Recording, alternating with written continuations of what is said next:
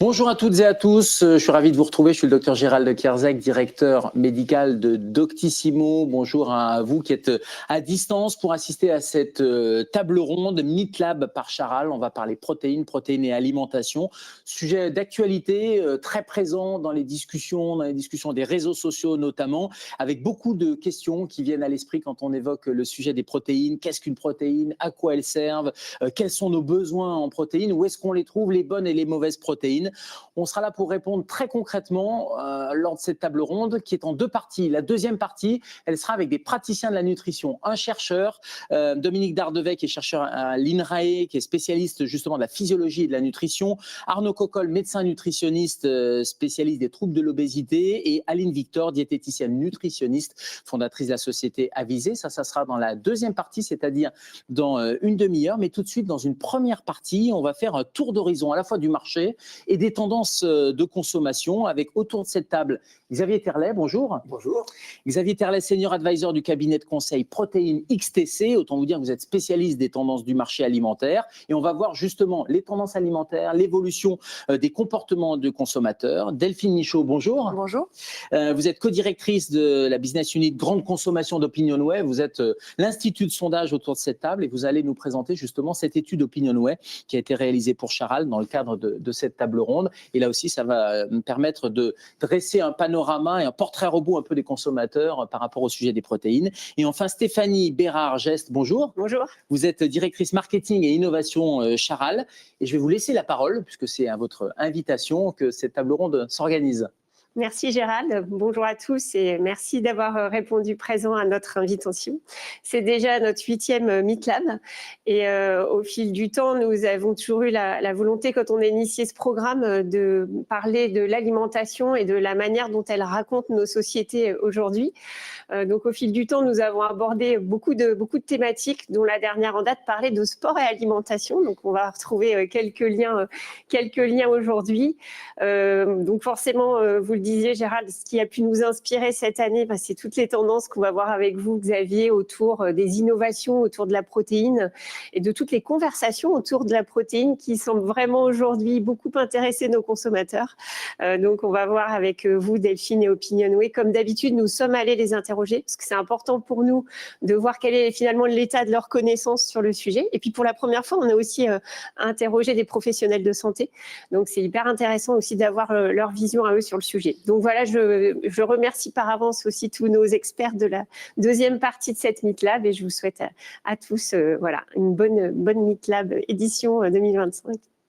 Merci beaucoup. On va tout de suite démarrer justement avec ce panorama. Et Xavier Terlet, je vais vous passer la parole. Je vous rappelle, vous êtes senior advisor du cabinet de conseil Protéines XTC. Ce cabinet de conseil s'appelle Protéines XTC. Ça veut dire que vous êtes un des spécialistes des tendances du marché alimentaire et du comportement des consommateurs. Je vous laisse la parole et merci aux journalistes qui nous suivent. Vous allez avoir plein de chiffres, plein de données intéressantes.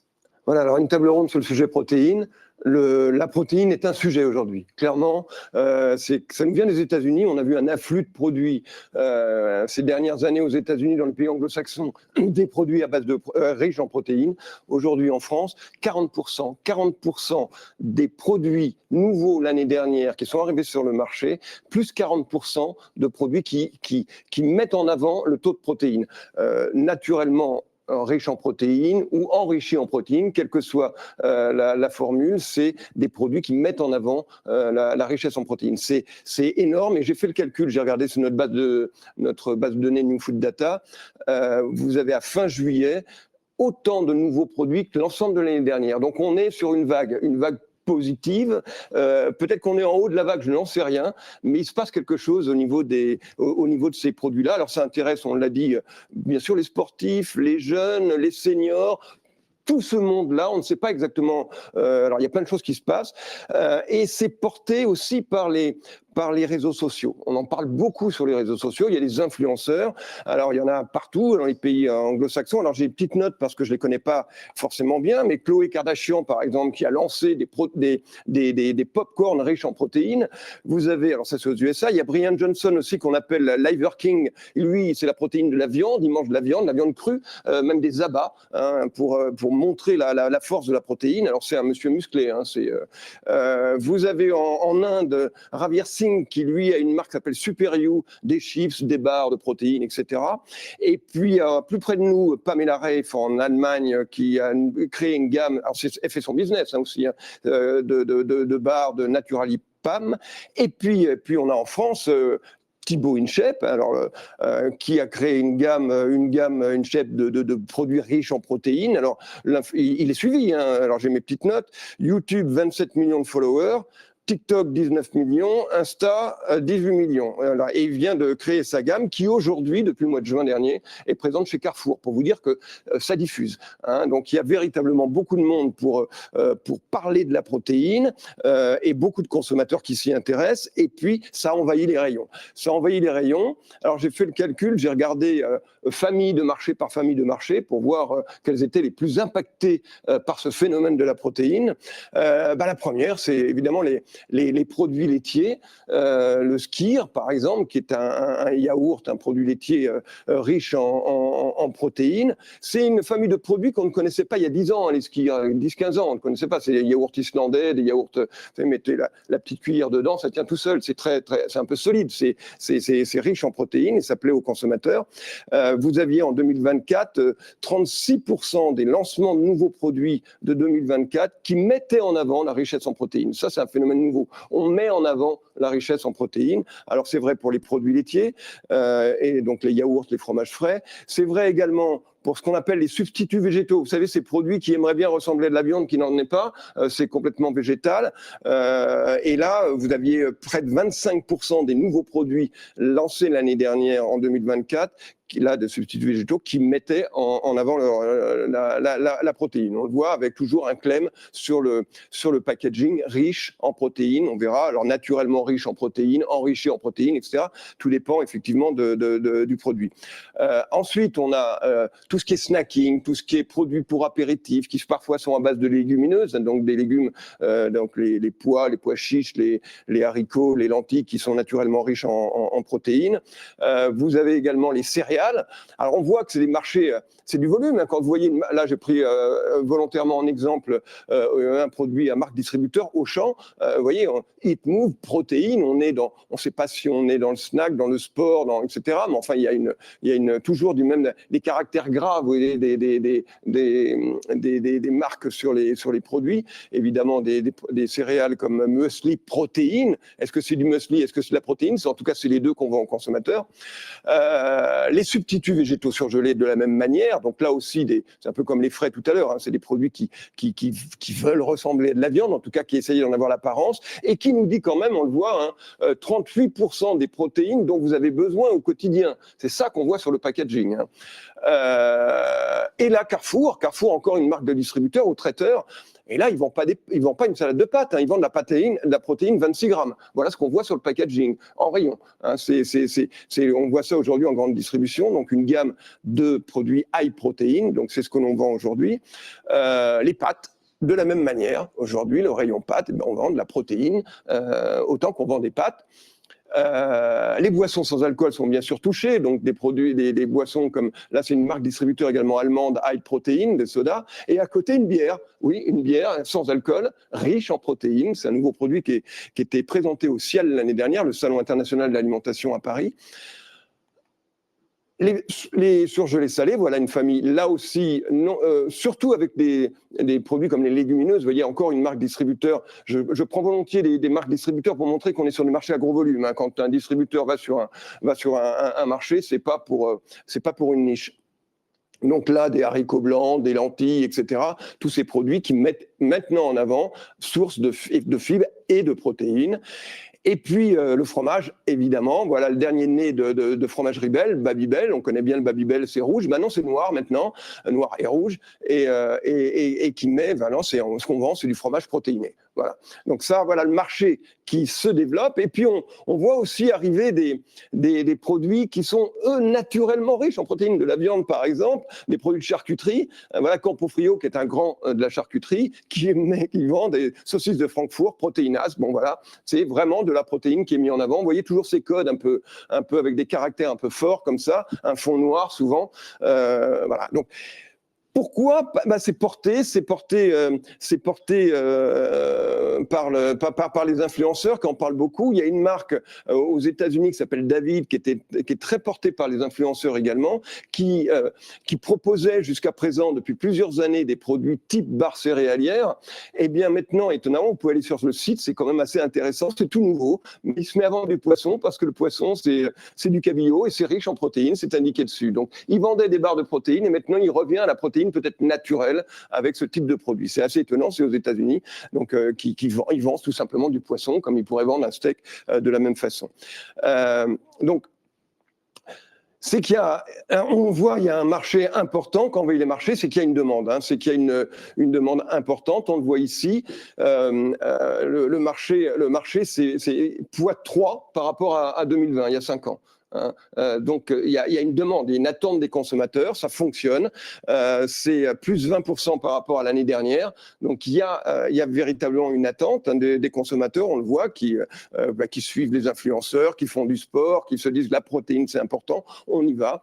Est-ce que ça va continuer comme ça? Sans doute.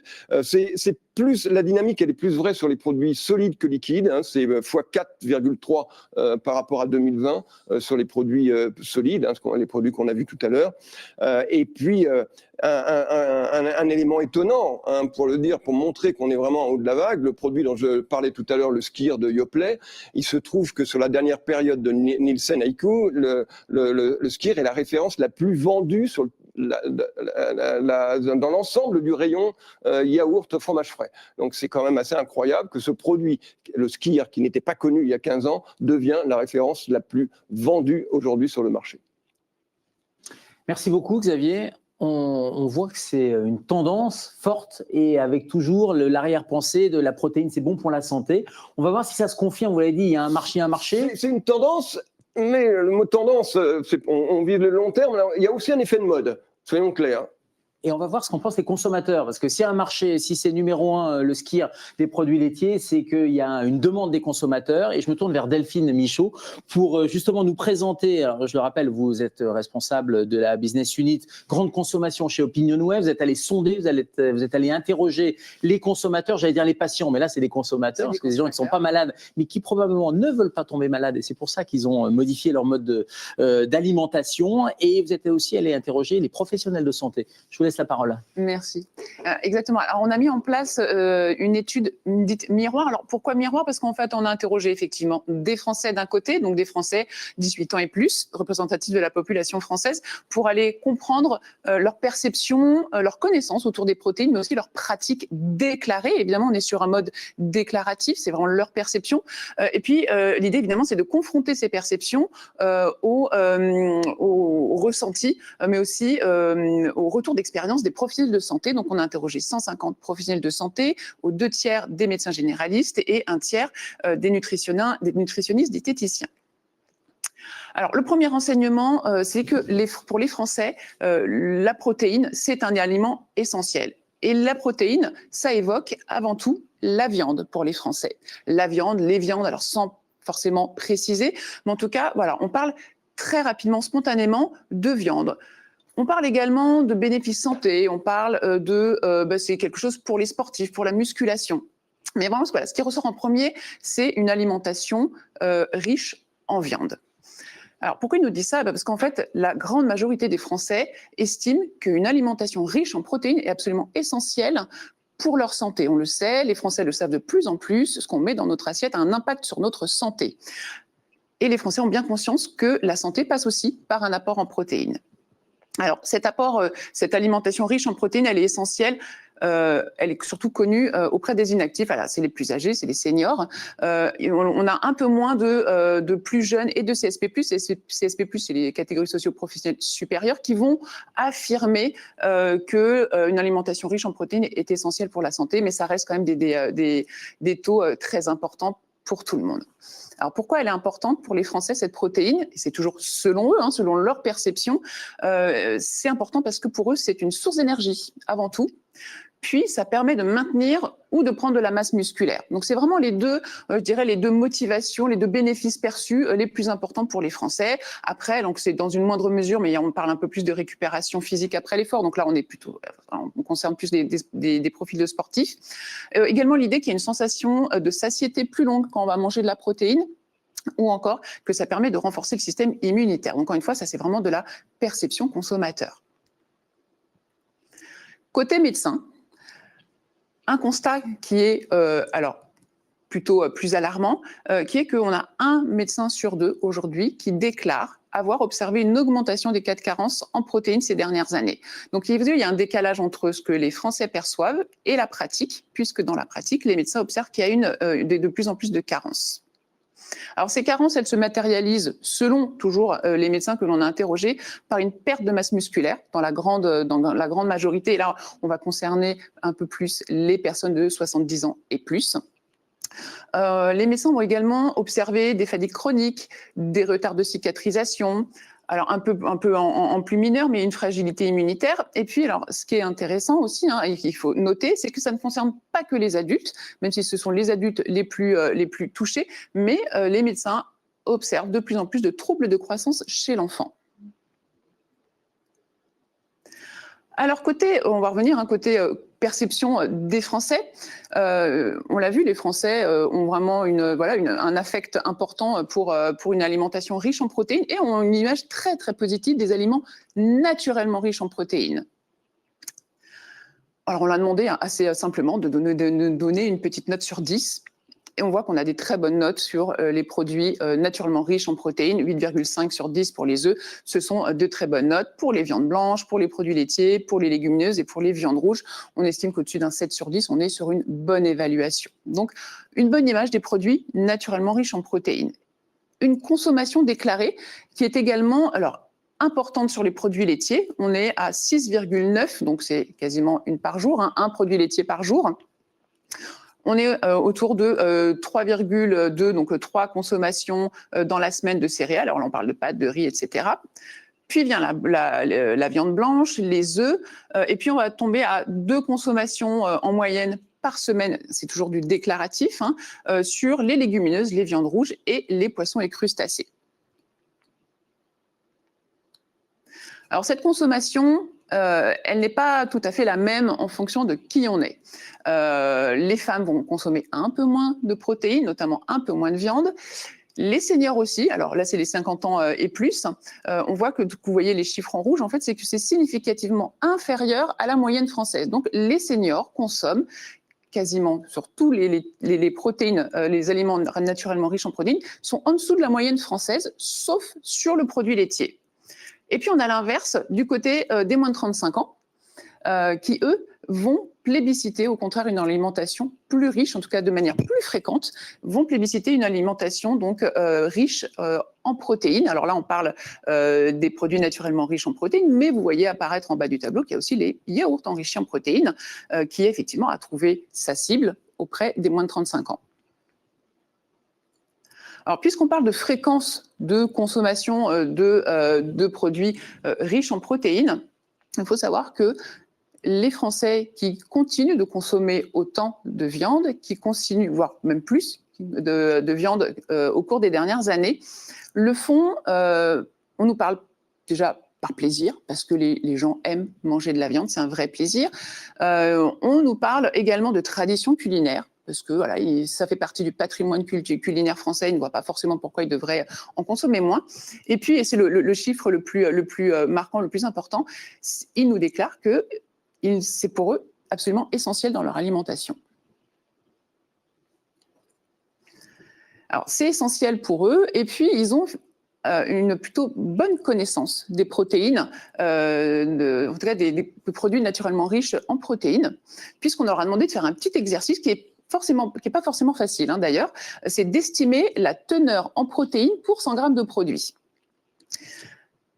Alors, le produit qui, pour les Français, contient le plus de protéines de manière naturelle, c'est la viande rouge, avec 25 grammes de protéines pour 100 grammes de produit. Puis viennent les œufs avec 23 grammes, la viande blanche avec 21 grammes, et puis après, donc sur les légumineuses et les produits laitiers, on passe en dessous de 20 grammes pour 100 grammes. c'est de la perception, de la connaissance consommateur. Mais pour un consommateur français, c'est la viande rouge qui a la plus forte teneur en protéines. Maintenant, côté professionnel de santé. Donc on a vu, les Français sont attachés à l'alimentation naturellement riche en protéines. Les professionnels santé, évidemment, vont dans ce sens, mais le message qui ressort le plus, ça va être une histoire de diversification et d'adaptation. Alors, la première recommandation que les médecins mettent en place, je vais passer vite, c'est parce qu'elle est très spécifique, c'est sur les personnes âgées, c'est d'augmenter l'apport protéique des personnes âgées. On l'a vu, hein, les personnes âgées ont tendance à baisser leur apport en protéines. Donc voilà, pour les personnes âgées. Pour les adultes, on va dire en bonne santé, les adultes lambda, ce que les professionnels de santé vont recommander en priorité, c'est de diversifier les protéines, mais aussi d'adapter l'apport de protéines en fonction de l'activité qu'on va mettre en place. Est-ce qu'on est sportif, est-ce qu'on n'est pas sportif, est-ce qu'on bouge dans la semaine? Et puis enfin, de répartir cet apport en protéines. Donc il y a vraiment 3 messages clés que les médecins font passer à leurs patients. C'est vraiment diversifier, adapter et répartir cette protéine. Alors, en termes de quantité de protéines, la majorité des professionnels de santé sont en ligne avec les recommandations de l'ANSES qui sont de 0,83 grammes par kilo par jour. Vous voyez qu'on a 52% des médecins qui sont dans cette recommandation. On a quand même un tiers des professionnels de santé qui vont recommander un petit peu plus de protéines. On est entre 1,1 et 1,5 grammes par kilo par jour. Donc, on a quand même un petit tiers de médecins qui estiment qu'il faudrait peut-être même un petit peu plus augmenter cet apport protéique. Alors, on a également demandé aux médecins, alors peut-être un peu plus facile pour eux de répondre à cet exercice, on leur a demandé quels étaient pour eux les aliments avec la plus forte teneur en protéines. Alors, on va retrouver le même trio de tête que pour les consommateurs, comme quoi les consommateurs sont plutôt avisés sur le sujet, puisque pour eux, que ce soit pour les médecins ou les consommateurs, on va retrouver les œufs, la viande blanche et la viande rouge dans le trio de tête des aliments les plus riches naturellement en protéines. La différence entre les consommateurs, donc le grand public et les médecins, ça va être sur la protéine en poudre, un produit qui est évidemment assez peu connu du grand public. Les médecins vont plutôt dire oui, c'est très fort, très riche en protéines, là où les consommateurs le classaient bien plus bas. Et puis sur tous les produits, on va dire enrichis en protéines. Alors on a globalement plutôt des médecins qui vont nous dire que oui, ce sont des produits qui sont riches en protéines. On voit déjà là que les consommateurs sont un peu plus en retrait. Tout ce qui va être boissons enrichies, yaourts enrichis, barres enrichis, on voit que les consommateurs les ont classés un peu plus bas, là où les médecins, les professionnels de santé vont les classer un peu plus haut en termes de teneur. Et le dernier point, là où le consommateur et médecin ne sont pas d'accord, c'est sur les légumineuses. Le grand public pense qu'il y a beaucoup plus de protéines dans les légumineuses, que la teneur est plus riche dans les légumineuses que les médecins. Les médecins ont donné une note assez faible finalement sur la teneur en protéines des légumineuses. Et puis pour finir sur ces apports en protéines, en cas de carence, on va retrouver cette idée il faut varier, il faut diversifier les protéines. Les professionnels de santé, lorsqu'ils sont face à des cas de carence, vont recommander à la fois de manger des protéines animales, et même de les prioriser par rapport à la protéine végétale. Puis, ils vont prescrire des compléments alimentaires, des compléments nutritionnels, et puis environ un tiers, un peu plus d'un tiers, vont orienter leurs patients sur des produits enrichis en protéines qu'on va trouver, dont on a parlé précédemment, des produits qu'on va trouver en grande surface. Alors, on a beaucoup parlé là, donc, des différentes alternatives aux produits naturellement riches en protéines. Alors, on voit que les consommateurs sont encore un peu frileux. Là, je parle du grand public dans sa globalité. Quand on est sur un échantillon de Français de 18 ans et plus, les produits enrichis en protéines ou les alternatives aux produits naturellement riches en protéines reçoivent un accueil quand même assez mitigé à date au global des Français, avec des notes qui sont plutôt faibles. Mais en fait, ce sont des produits qui ont un accueil différent, qui ont trouvé un public auprès des moins de 35 ans. puisque ce sont eux qui vont en consommer de manière plus fréquente. Vous voyez dans la colonne donc, des moins de 35 ans par rapport à la population générale, vous voyez que c'est en vert, donc ça veut dire que c'est statistiquement supérieur à la moyenne française. Vous voyez que les moins de 35 ans plébiscitent. Et on le voit par ailleurs, le plébiscite de plus en plus, et ça se traduit dans nos rayons de supermarché, ils plébiscitent les produits enrichis en protéines. D'ailleurs, tous les types de produits enrichis. Les plus de 50 ans sont beaucoup plus frileux. Et puis, c'est intéressant, puisqu'en fait, sur les gens qui plébiscitent ces produits enrichis en protéines, eh bien, on va retrouver les petits sportifs. Alors, les petits sportifs, c'est des gens qui nous ont déclaré faire une activité physique environ une fois par semaine, même maximum, une fois par semaine. Donc, on n'est pas sur du grand sportif sur la consommation de ce type de produit. Et d'ailleurs, on va vite comprendre pourquoi on ne retrouve pas forcément des grands sportifs. C'est parce qu'en fait, la première motivation à consommer des produits enrichis en protéines, eh bien, c'est pour, se donner de l'énergie. Donc, ce n'est pas forcément pour récupérer le sport. En tout cas, ce n'est pas la première raison. Donc, c'est vraiment pour se booster, pour se donner un petit coup, un petit coup de fouet, pour se donner de l'énergie. Puis, deuxième élément hyper intéressant, c'est que c'est par goût, par plaisir. En fait, ces produits, il y a évidemment des produits qui ont été beaucoup de produits développés dernièrement, et les marques ont développé des produits goûtus avec des qualités organoleptiques bien plus développées que les premiers produits qu'on a pu voir il y a 10 ou 20 ans. Donc là, voilà, pourquoi est-ce qu'on consomme ces produits? C'est par goût, c'est par plaisir. Et puis, mais vous voyez que ce n'est pas la majorité, 28% vont consommer ce type de produit pour récupérer après le sport. Et là, on va retrouver nos grands sportifs. Alors, pour conclure sur ces différentes sources de protéines, on l'a vu, les médecins vont plébisciter plutôt d'alterner, de varier les différentes sources de protéines. Et puis, je vous le disais, donc on est quand même face à une offre très étendue de produits riches en protéines. En tout cas, à date, ce qu'on voit dans nos études, c'est que l'accueil reste quand même assez mitigé au global, et que finalement, que ce soit les Français ou les médecins, ils estiment que les produits riches en protéines, enrichis en protéines, ne sont pas forcément plus efficaces que les produits naturellement riches en protéines. Voilà, donc juste 2 mots pour conclure. Donc, on a vu, les Français sont attachés à la protéine, à une alimentation riche en protéines, parce qu'ils ont conscience que c'est important pour leur santé. Il peut y avoir quand même un petit décalage entre la théorie et la pratique, puisqu'on a des professionnels de santé qui observent d'année en année des carences en protéines. Merci Delphine, c'est passionnant parce que ça permet vraiment de voir comment sont perçus les messages et il y a beaucoup de choses extrêmement intéressantes, de bonnes perceptions.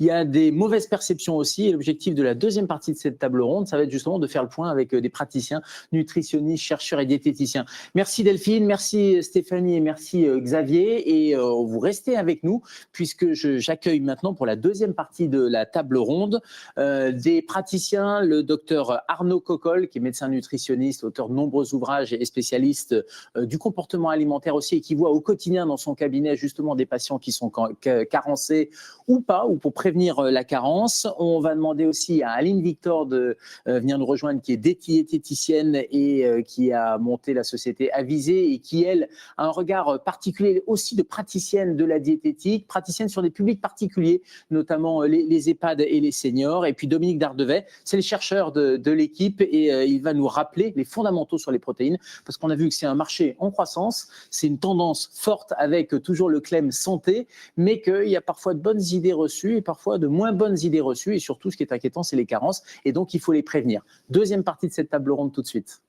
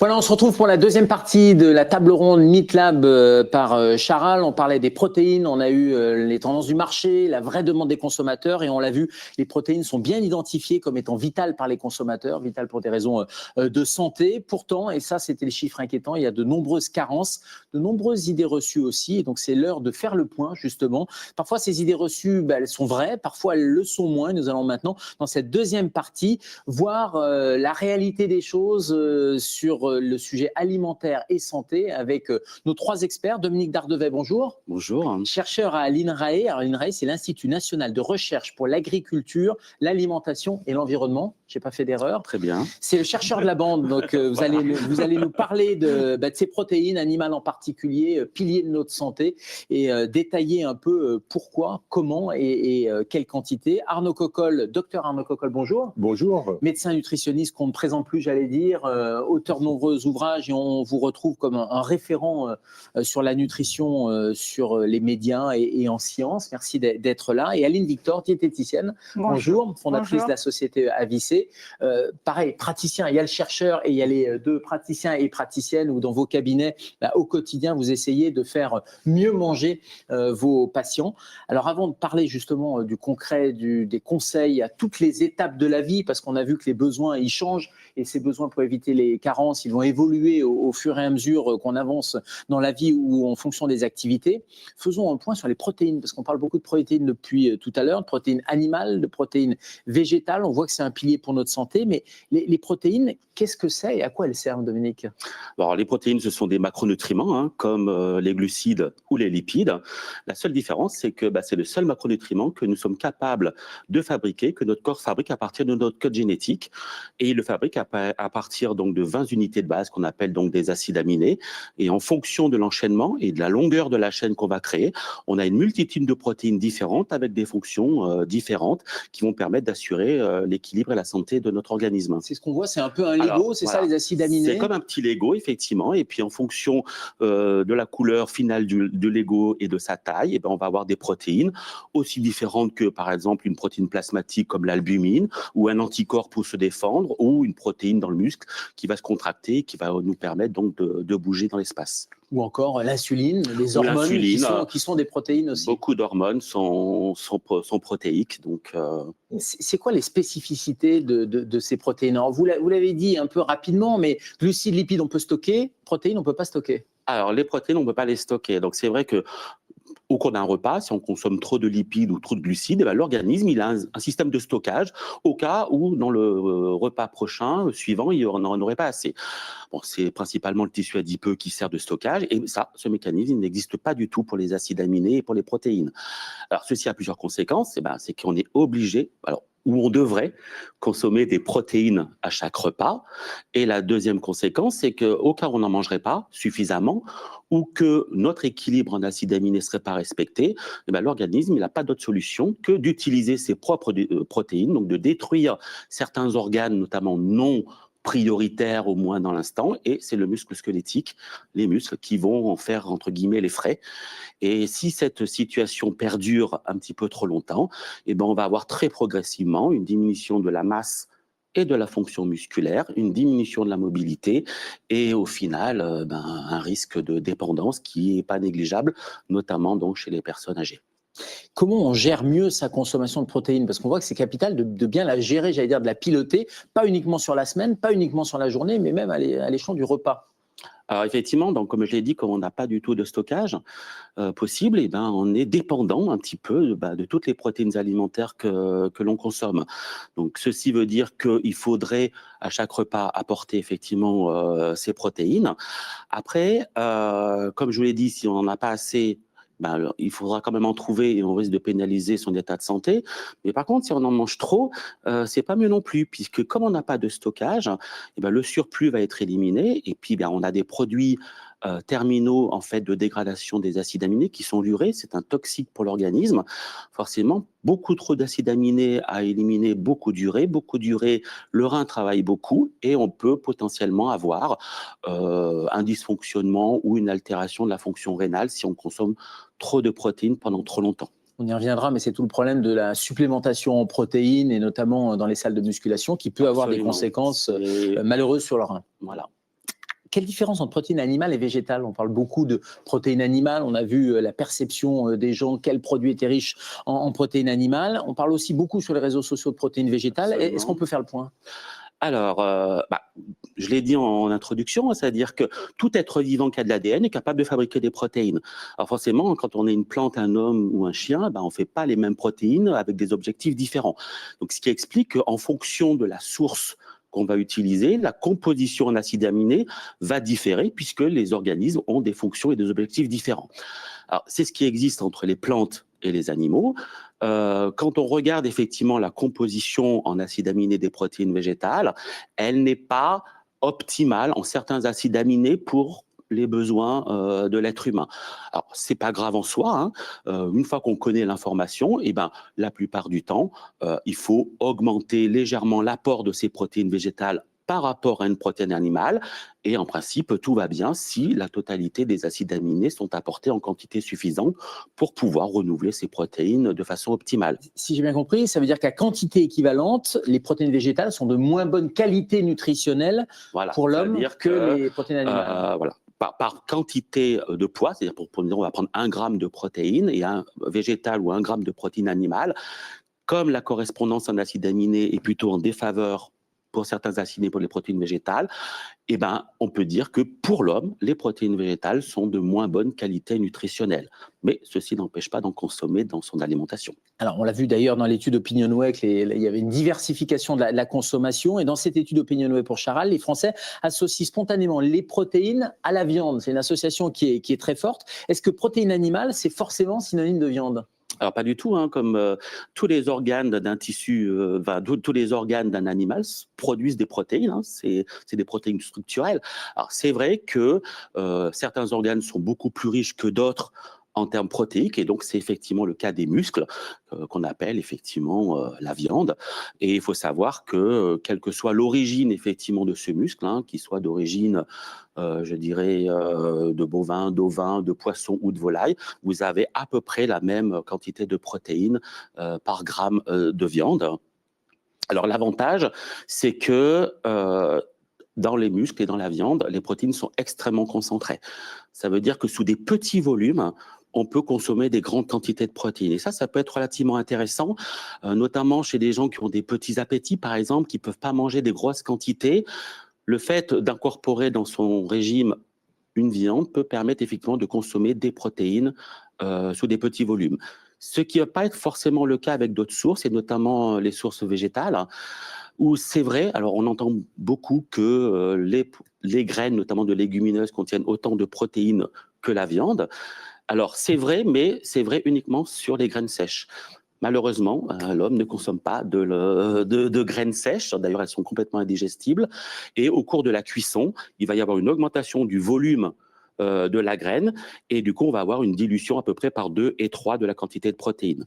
Donc, en gros, pour compenser 100 grammes de viande, qui contient à peu près 20 grammes de protéines, on va monter jusqu'à 250-300 grammes de légumineuses cuites. Ce qui peut poser un problème de volume et qui peut être potentiellement compliqué à ingérer, notamment pour des populations qui auraient tendance à avoir une perte d'appétit ou qui sont pas des gros mangeurs, par exemple. Et qui explique qu'on peut avoir des carences, comme on l'a vu là aussi. Justement, si on parle de recommandations, c'est quoi les recommandations en matière de consommation? Alors, la recommandation aujourd'hui est fixée à 0,8 grammes de protéines de bonne qualité nutritionnelle par kilo de poids et par jour. Alors, ceci représente en gros 60 grammes de protéines par jour pour un homme ou une femme, d'ailleurs, de 70 kilos. Alors, aujourd'hui, ces 60 grammes de protéines, on peut les trouver dans différentes sources effectivement alimentaires, hein, qu'elles soient d'ailleurs d'origine animale ou d'origine végétale. Alors, juste pour donner quelques repères, hein, alors si on en mangeait par exemple que de la viande, hein, ce qui n'est pas à faire, hein, mais ça représenterait à peu près 300 grammes de viande par jour, donc à répartir sur les 3 repas. Mais un équivalent, ça pourrait être aussi 6 gros œufs qui pourraient apporter donc cette quantité de protéines. Donc, bien sûr, il n'est pas question de manger que de la viande, que des œufs, mais effectivement, dans les différentes sources alimentaires, on va pouvoir trouver, et en mixant à sa convenance et à son envie, assez facilement, donc c'est 60 grammes de protéines par jour, si on fait un poids de 70 kg. Vous parlez de la viande rouge qui est effectivement particulièrement reconnue pour sa teneur en protéines. On l'a vu dans l'étude que Delphine Huchot nous a présentée, les plébiscités. C'est à raison dans un équilibre alimentaire. C'est quoi les atouts majeurs des protéines animales, justement ? Alors, les protéines animales, en fait, le gros avantage, c'est que leur composition est identique à la nôtre, parce que nous sommes aussi des animaux. Donc, de ce fait, il sera beaucoup plus facile, entre guillemets, de pouvoir couvrir son besoin en protéines avec des protéines d'origine animale. Le petit volume permet effectivement de pouvoir les consommer sans trop de difficultés et d'éviter d'avoir des volumes de repas trop importants. Après, pour les viandes, effectivement, on parle de viande rouge, mais il faut savoir que tous les muscles ont exactement la même composition en acides aminés et que on peut aussi avoir les viandes rouges, mais les viandes blanches, les poissons ou les volailles qui contiennent les mêmes quantités de protéines. On a vu dans cette étude, il y a une bonne perception. Les professionnels de santé constatent des carences. Et c'est ça le chiffre inquiétant. Un médecin sur deux constate une augmentation des carences en protéines. 40% d'augmentation légère, 40% d'augmentation significative. Comment on l'explique ? Alors en fait, quand on a des carences, ça veut dire qu'on ne consomme pas suffisamment de protéines pour pouvoir assurer un renouvellement optimal de nos propres protéines. Alors, il y a plusieurs facteurs, hein. Alors, notamment, on peut observer des carences parce que on a moins d'appétit, on mange moins, on peut aussi se séparer ou en tout cas avoir une sorte de refus de consommer certains, notamment produits qui sont riches en protéines. Ça peut arriver notamment avec les produits carnés, avec des problèmes dentaires, de mastication, etc. Mais aussi, il faut savoir qu'on peut aussi avoir potentiellement un besoin augmenté. Donc forcément, si notre besoin est augmenté, il faut qu'on consomme plus de protéines. Donc on observe ça notamment chez les seniors, hein, même s'ils sont considérés comme en bonne santé. Mais on peut aussi observer ça chez la plupart des malades. Maladies chroniques, alors on n'a pas forcément de chiffres, hein, mais globalement, il faudrait, comme le senior, augmenter à peu près son apport de 20 à 25%. Et après, on a des situations physio-pathologiques, je dirais, plus gaies, hein, comme la femme enceinte ou la femme allaitante. Et on a aussi une augmentation du besoin chez le sportif. Alors, quand on parle de sportif, c'est vraiment sportif, hein. Le besoin est large et uniquement augmenté chez notamment des sportifs de haut niveau qui pratiquent soit des sports d'endurance, soit des sports de résistance. Et on peut monter jusqu'à 1,5 ou 2 grammes, notamment chez les haltérophiles. Le jogger du dimanche ou qui va marcher une fois par semaine, le petit sportif, le besoin protéique n'est pas augmenté sur ce type de population. Donc 0,8 grammes, 0,8. On le rappelle, c'est la norme, mais après, il va falloir coller aux situations de vie. Merci Dominique de nous avoir fait ce panorama là, des protéines. Je me tourne vers nos deux praticiennes Aline et praticien Arnaud, pour évoquer justement les besoins en protéines. Dominique, vous venez d'en parler, ça évolue aux différentes étapes de la vie. Et je vous propose de les passer, ces différentes étapes, justement. Vous confirmez, il faut adapter l'apport en protéines en fonction de ce qu'on vit, de son activité, de son âge. Aline. Oui, et je dirais que c'est pas que pour la protéine, c'est de façon globale dans la communication des conseils nutritionnels qu'on donne. Alors moi, quand je parle d'étapes de la vie, il y a peut-être 3 éléments à prendre en considération. La première, c'est les tranches d'âge. On comprend bien qu'on n'a pas les mêmes besoins en protéines à 5 ans qu'à 15 ans, qu'à 50 ans, notamment pour les raisons qu'a présenté Dominique. Après, il faut aussi penser au parcours de vie, Dominique en a parlé, sur la grossesse, sur les pathologies qui peuvent entraîner des adaptations de ces besoins protéiques. Et puis, il y a aussi des convictions, on en a justement parlé dans les études, la conviction personnelle, la culture qu'on a, les choix personnels qu'on fait, notamment quand on devient végane, par exemple, où là, on supprime complètement la protéine animale. La seule chose qu'il faut dire, c'est qu'on a besoin de la protéine, c'est un nutriment essentiel, et donc il faut vraiment adapter les conseils en fonction des profils qu'on a en face de nous. On va démarrer de la naissance jusqu'à le 4e âge même. Arnaud, les besoins, ils augmentent justement, 3e, 4e âge, plus on vieillit, plus ces besoins augmentent? Bien sûr, ça évolue en fonction des accidents de vie, parce qu'on en a évoqué avec Dominique. Donc, ça peut être quelqu'un en post-opératoire, etc., qui peut avoir des besoins. Ça peut être des enfants en bas âge qui peuvent avoir des besoins accrus, des adolescents qui peuvent avoir des besoins accrus également pour la maturité osseuse, pour créer leur immunité, leur défense, leur système de défense. Ça peut être les femmes enceintes allaitantes qui peuvent avoir des besoins particuliers, on y reviendra. Et ça peut être les personnes âgées, population qui est particulièrement à risque d'une pathologie qui s'appelle la sarcopénie, qui est la fonte musculaire, et qu'il faut absolument prévenir pour éviter des problèmes d'immobilisation et qui peut entraîner des problèmes très lourds au niveau médicaux. Oui, les conséquences, elles sont importantes. On parlait des conséquences rénales, conséquences en termes de dépendance, et on voit bien que c'est des enjeux médico-économiques aussi extrêmement importants avec le vieillissement de la population. Première étape de la vie, on reçoit dans vos cabinets de consultation un enfant ou un adolescent. J'imagine que c'est une étape cruciale en matière protéique pour construire l'avenir, puisque c'est vraiment de la construction du corps. Oui. Et pas que du corps d'ailleurs, et non, du cerveau. Et complètement. Alors, un enfant en bas âge, c'est-à-dire quand j'entends un enfant en bas âge, c'est-à-dire de la naissance à 6 mois par exemple, il va avoir des besoins qui peuvent être de l'ordre de pratiquement 2 grammes par kilo de poids. Donc ça fait qu'un enfant jusqu'à 6 mois, il peut être aux alentours de 9,5 grammes de protéines par jour. Et ça peut monter même à 10, 11 grammes jusqu'à 2 ans à peu près. Donc ça, c'est des besoins qui sont extrêmement importants, à lesquels il faut répondre. Vous voyez ? Et ensuite, les adolescents, c'est une autre tranche d'âge qui peut avoir des besoins particuliers également. Aline ? Oui, pour compléter ce que dit Arnaud, c'est une phase importante de la vie. On est en pleine croissance osseuse, croissance musculaire, croissance cérébrale, vous le disiez. Moi, j'apporterais peut-être juste deux éléments importants. D'abord, l'excès, parce qu'on voit aussi parfois en consultation des parents qui donnent autant de viande que pour un adulte, parce que la référence qu'on a en matière de grammage n'est pas forcément identique entre un adulte et un enfant. Pour exemple, un enfant qui a 5 ans, on va lui donner 50 grammes de viande, c'est un demi-steak haché, ce qui est quand même bien loin des références qu'on a quand on est adulte.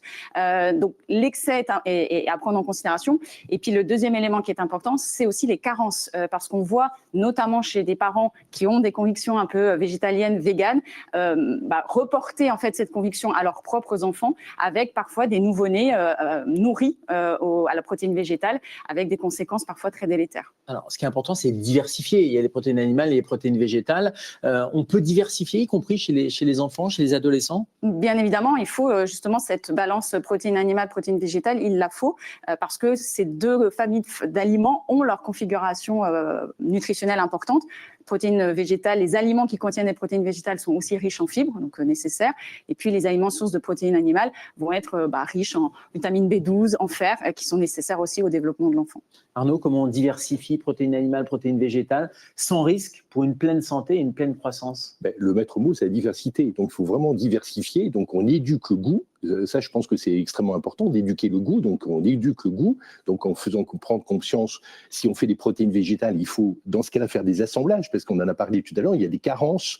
Si vous faites des céréales uniquement dans l'assiette, il faut associer des légumineuses à côté. Après, les volumes peuvent être beaucoup plus conséquents. Donc, pour un enfant, c'est pas toujours évident, parce que dans ce cas-là, on va peut-être l'éduquer en disant finis ton assiette, etc., avec des risques de surcompensation.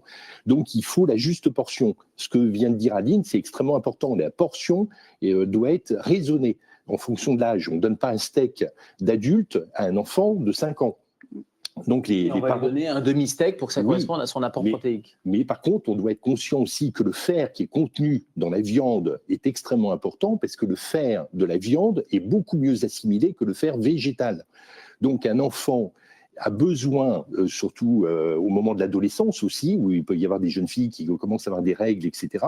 Donc, dans ce cas-là, les besoins en fer sont extrêmement importants et légitimes, en fait, des apports plutôt de protéines animales qui leur assureront des apports vraiment équilibrés en fer. Sachant que 23% des jeunes femmes entre 18 ans et 39 ans sont en déplétion de fer en France.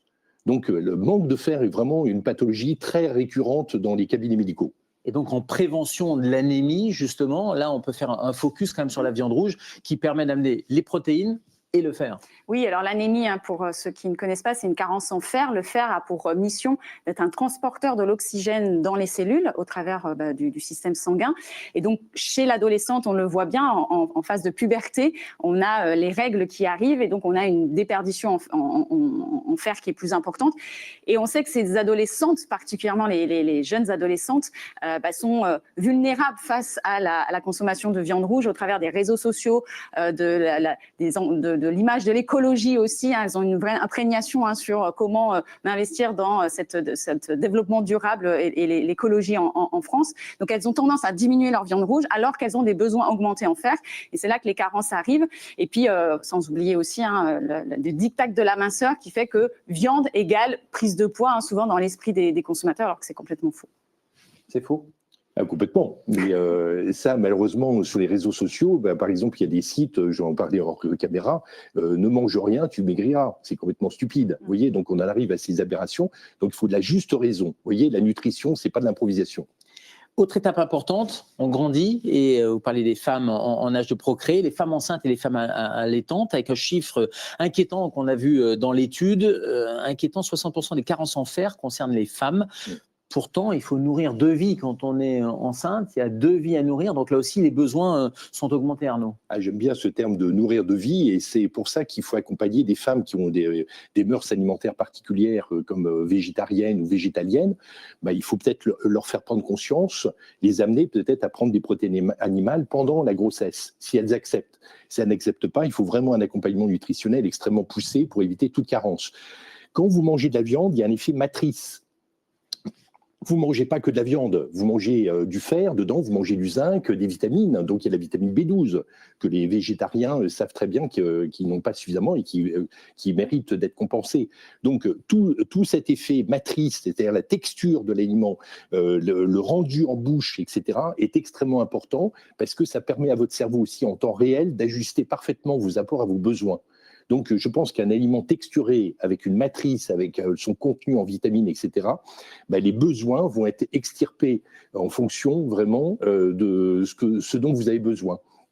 Donc, les apports, je veux dire, vont être parfaitement corrélés à vos besoins. Et pour le corps de la future maman et pour le bébé, également aussi. Donc, c'est la mère qui va souffrir. Vous voyez, c'est pas le bébé. Le bébé, il va tout extraire de sa mère. Donc, si la mère a des mœurs alimentaires particulières, elle peut se mettre en danger. C'est pas le bébé qui va être en danger. La plupart du temps, le bébé, il sera sain et sauf. C'est la mère qui peut être en difficulté avec des anémies qui peuvent être extrêmement redoutables. Comment on fait, Aline, justement, pour éviter ces carences et de se mettre en danger pour les mamans enceintes, futures mamans ou mamans qui allaitent? Oui, je complète ce que disait Arnaud. Malheureusement, les femmes, particulièrement, qui sont quand même sujettes à l'envie de minceur, et quand l'arrivée d'un enfant est là, parfois on a aussi des croyances alimentaires qu'il faut qu'on arrive à déconstruire quand on accompagne les femmes enceintes. Et donc on nourrit son enfant, et comme le disait Arnaud, le corps est bien fait, il donnera toujours priorité à l'enfant. Donc si la femme est carencée, bien cette carence, elle va s'accentuer. Donc la nécessité bien sûr de les accompagner sur la désinformation qu'elles peuvent avoir sur l'alimentation, notamment parce qu'elles attendent un enfant. Puis je dirais aussi attention aux femmes qui vont allaiter, parce que là, le fait de fabriquer du lait maternel et le fait de délivrer ce lait maternel, ça va nécessiter de l'énergie supplémentaire. Et donc là, parfois, on peut recommander de prendre une collation, en tout cas de manger plus, pour justement assurer les besoins de la femme et aussi les besoins de l'enfant au travers du lait. Donc, tout est possible, mais période particulièrement à risque et accompagnement par diététicien, médecin nutritionniste ou médecin généraliste. Dans les idées reçues ou ce qu'on voit un peu sur les réseaux, on entend parler beaucoup du tofu, je ne sais pas comment vous prononcez. Si on voulait une comparaison nutritionnelle entre steak haché et tofu. Alors le tofu, je ne sais pas comment on dit en tout cas, c'est un dérivé du soja, donc c'est un produit transformé du soja qui permet pour les personnes qui ne consomment pas, qui ne souhaitent pas consommer de la protéine animale, de consommer de la protéine végétale. 100 grammes de tofu, c'est à peu près 15-16 grammes de protéines, versus un steak haché, par exemple, qui apportera plutôt 20-23 grammes de protéines. Donc, on voit qu'on n'est quand même pas sur les mêmes ratios. Par contre, ça permet effectivement d'apporter une source de protéines végétales, mais on n'est pas du tout dans les mêmes configurations nutritionnelles, puisque là, dans la viande rouge, on aura du fer héminique, là où dans le tofu, on aura du fer non héminique. Donc, on est sur une configuration différente. Dominique, en quelques mots équivalents ou pas, il y a un problème de digestibilité aussi? Alors, c'est vrai que les protéines animales, de façon générale, hein, quel que soit l'organe, elles sont plutôt très bien digestibles. Hein. On est des machines à digérer des protéines animales. Hein. C'est vrai que dès qu'on va avoir d'autres origines, hein, notamment des protéines végétales, surtout si elles sont conservées dans leur matrice, hein, c'est-à-dire sous forme de graines, on peut effectivement avoir une diminution de digestibilité de ce type de protéines. Et donc, du coup, ce qui va expliquer aussi pourquoi on est obligé un petit peu d'augmenter cette partie-là, puisqu'on en perd une partie quand même consommée au moment de la digestion. On continue à avancer dans la vie. On l'a vu dans l'étude Opinionway pour Charal, les Français associent spontanément protéines à sport, à activité physique. Et pour les 2 tiers d'entre eux, les protéines sont perçues comme une source d'énergie. On l'a vu et ça permet le maintien ou la prise de masse musculaire. Tout ça, c'est tout bon en fait. Ils ont une bonne perception. Si on veut des recommandations pour les adultes actifs, comment on optimise les choses, Aline ? Alors, effectivement, faut bien distinguer le sportif du dimanche qui va aller courir une fois par semaine du sportif de haut niveau ou du sportif qui pratique une activité régulière avec une forte intensité. Comme le disait Dominique tout à l'heure, on va adapter l'apport protéique en fonction de cette intensité, de cette fréquence au quotidien. Donc, ça peut aller de 0,8 grammes par kilo et par jour. Si on est un sportif qui va faire son footing une fois par semaine, on ne change rien dans les habitudes alimentaires. Par contre, on va monter progressivement cet apport si effectivement on arrive sur des sportifs type sportifs de force ou des sportifs qui ont besoin d'intensité et de force sur des courtes durées. On peut monter effectivement jusqu'à 1,5 parfois 2 grammes. Mais là, ça demande vraiment un accompagnement précieux des professionnels pour ne pas tomber dans l'excès. Arnaud, quelques mots sur les alternatives aux protéines naturelles. Alors, on voit chez les sportifs qui utilisent des barres protéinées ou encore des produits enrichis. On a vu dans l'étude de marché que c'était une vraie tendance. C'est quoi les avantages, j'allais dire, et les limites nutritionnelles ? Je regrette pour la plupart du temps ces prescriptions parce que ça s'adresse à des sportifs du dimanche qui n'ont absolument pas besoin d'avoir des compléments alimentaires sous forme de barres protéiques ou de substituts comme ça. Donc les poudres whey, le lactosérum, etc., les caséines, etc. Il faut faire très attention à ça. Dominique en parlait en introduction tout à l'heure. Il y a quand même, vous allez avoir une élimination rénale du surplus de protéines que vous allez ingérer. Donc ça veut dire que vos reins vont travailler. Personnellement, j'ai eu un patient comme ça qui a eu un problème d'insuffisance rénale suite à une consommation absolument aberrante de protéines en salle de sport.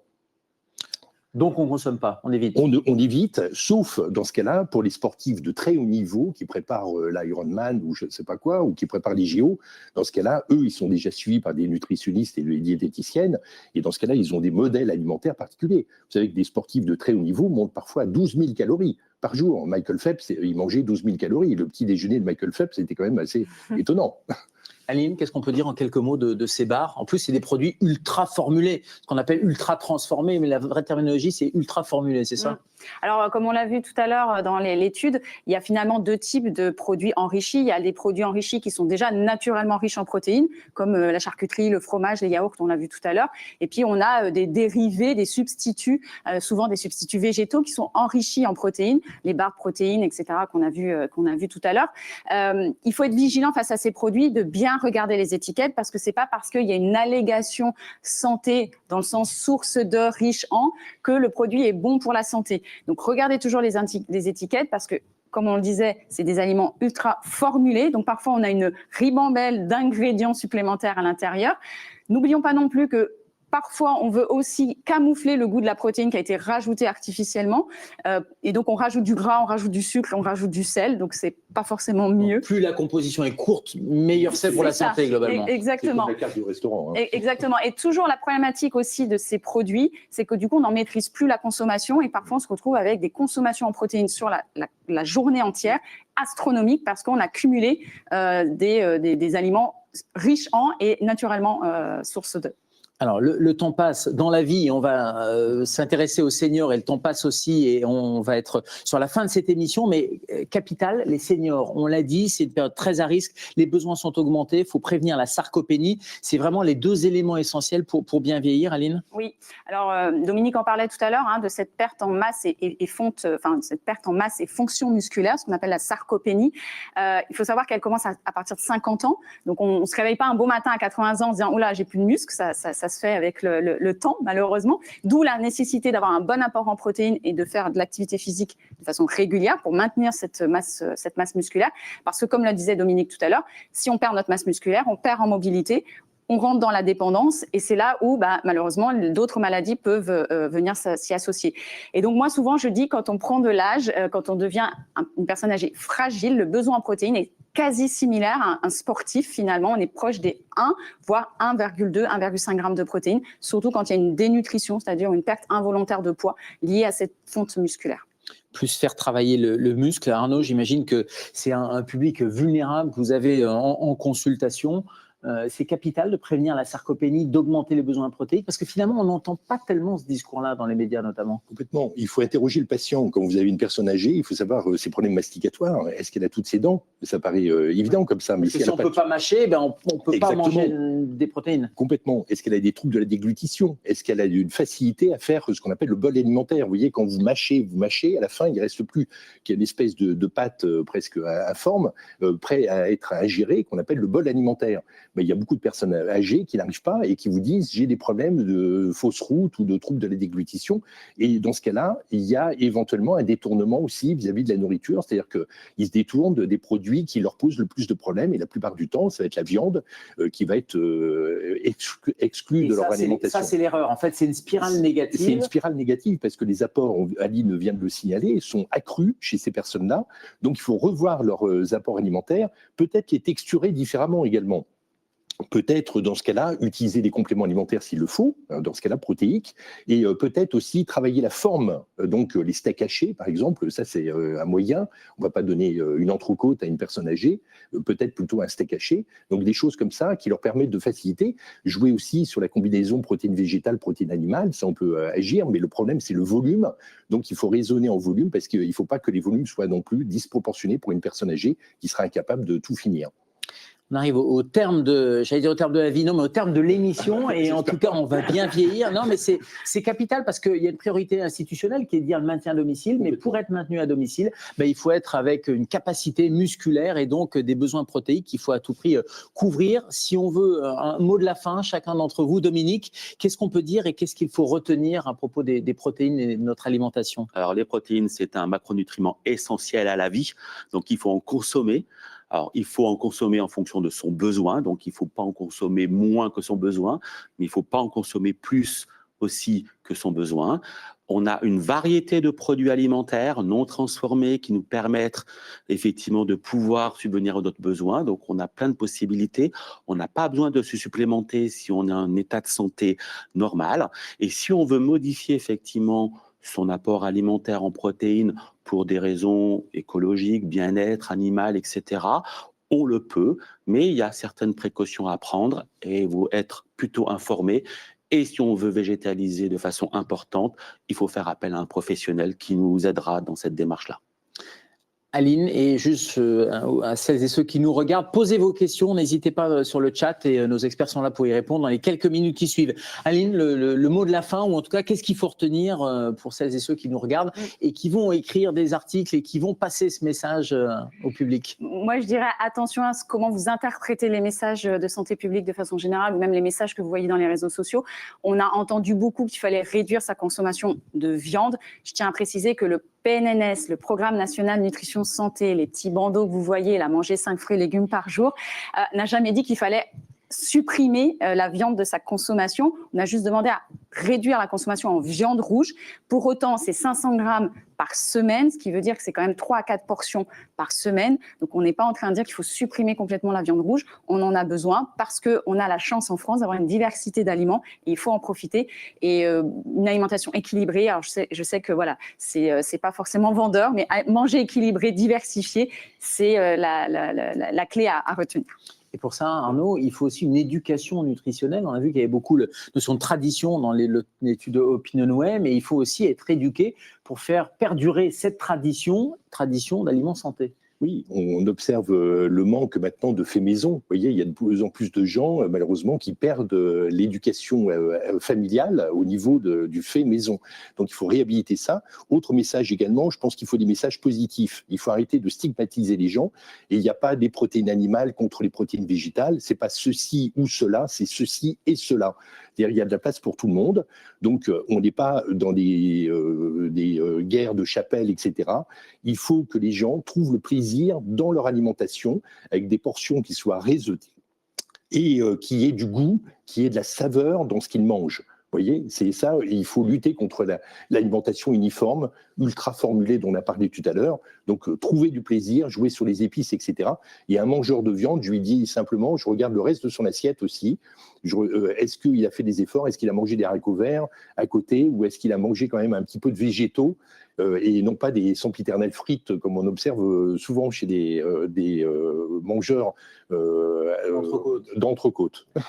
La nuance, l'équilibre alimentaire, on l'a vu, et tout ça avec toute une éducation à faire. Place aux questions maintenant. Merci à vous trois. Vous restez avec nous. Posez vos questions, elles arrivent en direct sur la tablette. Première question, si on voulait valoriser les points forts des deux catégories, animales, végétales, ça c'est peut-être plutôt pour Dominique comme question.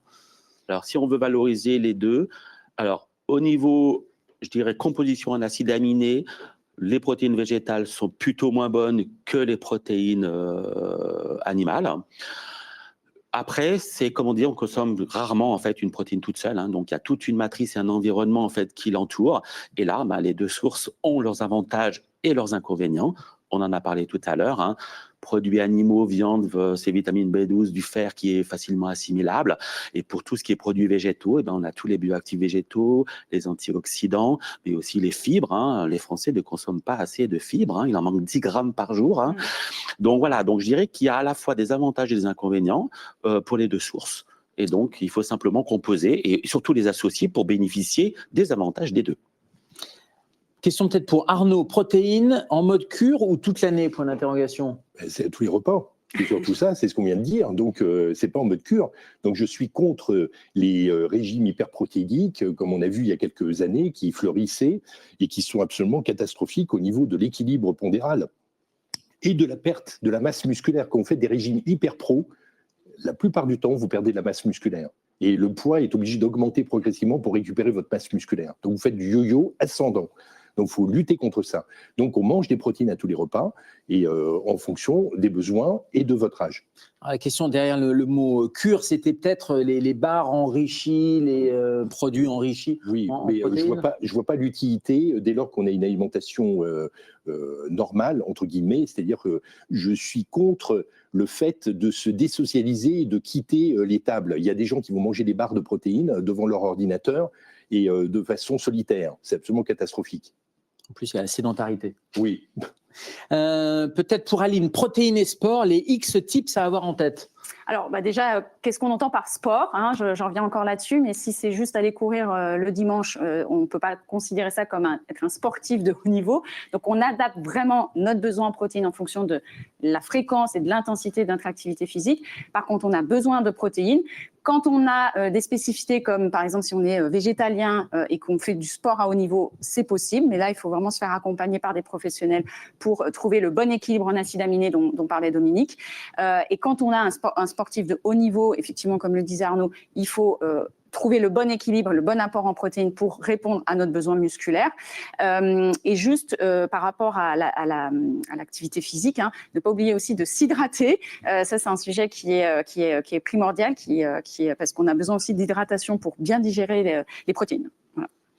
Merci, mon rôle, c'est aussi de tenir le temps et ça fait 1h10 qu'on est tous ensemble. Merci à celles et ceux qui nous ont suivis nombreux. Merci aussi aux articles que vous allez faire. Vous êtes les porte-parole finalement de ces messages de santé publique et prendre ces messages de santé publique, prendre ce qu'on trouve sur les réseaux sociaux, le décrypter grâce à nos experts. Merci Dominique, merci Aline et merci à nous Arnaud. Et merci à Chara, j'allais dire, d'avoir organisé cette table ronde. Merci à toutes et à tous d'avoir suivi cet échange passionnant et sans mauvais jeu de mots. Je suis certain que ça aura musclé vos connaissances. Et pour muscler, qu'est-ce qu'il faut? Des protéines. À très vite.